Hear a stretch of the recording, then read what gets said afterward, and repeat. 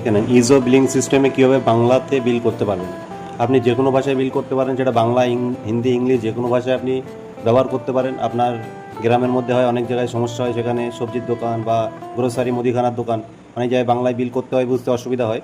সেই ক্ষেত্রে আপনি যে কোনো ভাষায় বিল করতে পারেন, ইজিলি বাংলায় বিল করতে পারেন।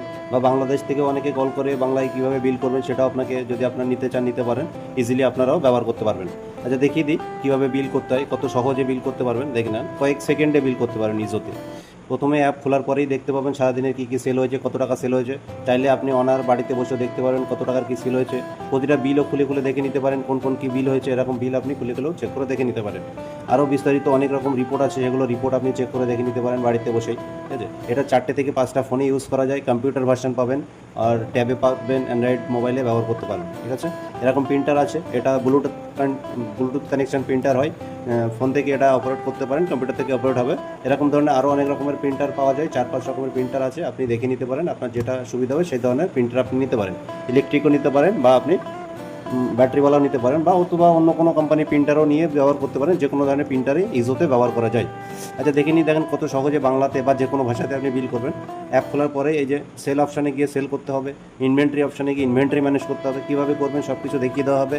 আপনি চাইলে আপনার দোকানে গিয়ে, আপনার দোকানে বসে আপনাকে টোটালি পুরো ট্রেনিং দিয়ে দেওয়া হবে, আপনি কীভাবে ব্যবহার করবেন, কী কী সিস্টেমে কীভাবে স্টক অ্যাড করবেন, কোন নতুন আইটেম আসলে কীভাবে অ্যাড করবেন, টোটাল ম্যানেজ আপনাকে সব কিছু হাতে ধরে ট্রেনিং দিয়ে দেওয়া হবে।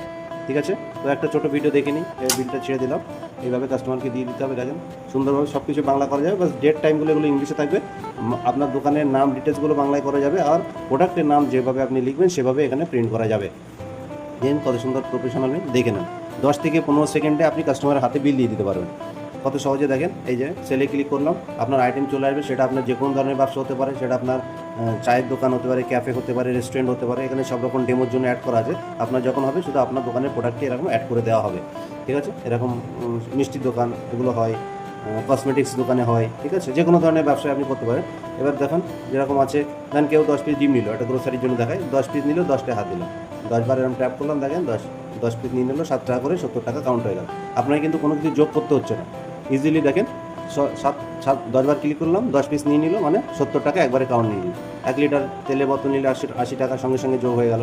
ঠিক আছে, বাস এভাবে সেভ করলাম। দেখেন এটা ইংলিশে আইটেমটা অ্যাড করা আছে বলে এটা ইংলিশেই নামটা আসবে। যখনই আমি এখানে বাংলায় নাম করবো তখন বাংলায় আসবে, এরকমভাবে চলে আসবে। দেখেন বাংলায় কী আছে, দেন বাংলায় আপনার আইটেম আছে, অ্যাড করা আছে, আইটেমে ক্লিক করবেন। হতে পারে কেউ আলু 20 টাকার আলু নেবে, 20 টাকার আলু এখান থেকে দেওয়া যাবে, সেটা হিসাব সঠিকভাবে করা যাবে। কুমড়ো কেউ হয়তো এমন একটা মাপ করলেন, সেখানে আপনার 70 টাকার কুমড়ো হলো, সেটা 70 টাকারই কুমড়ো করতে পারেন।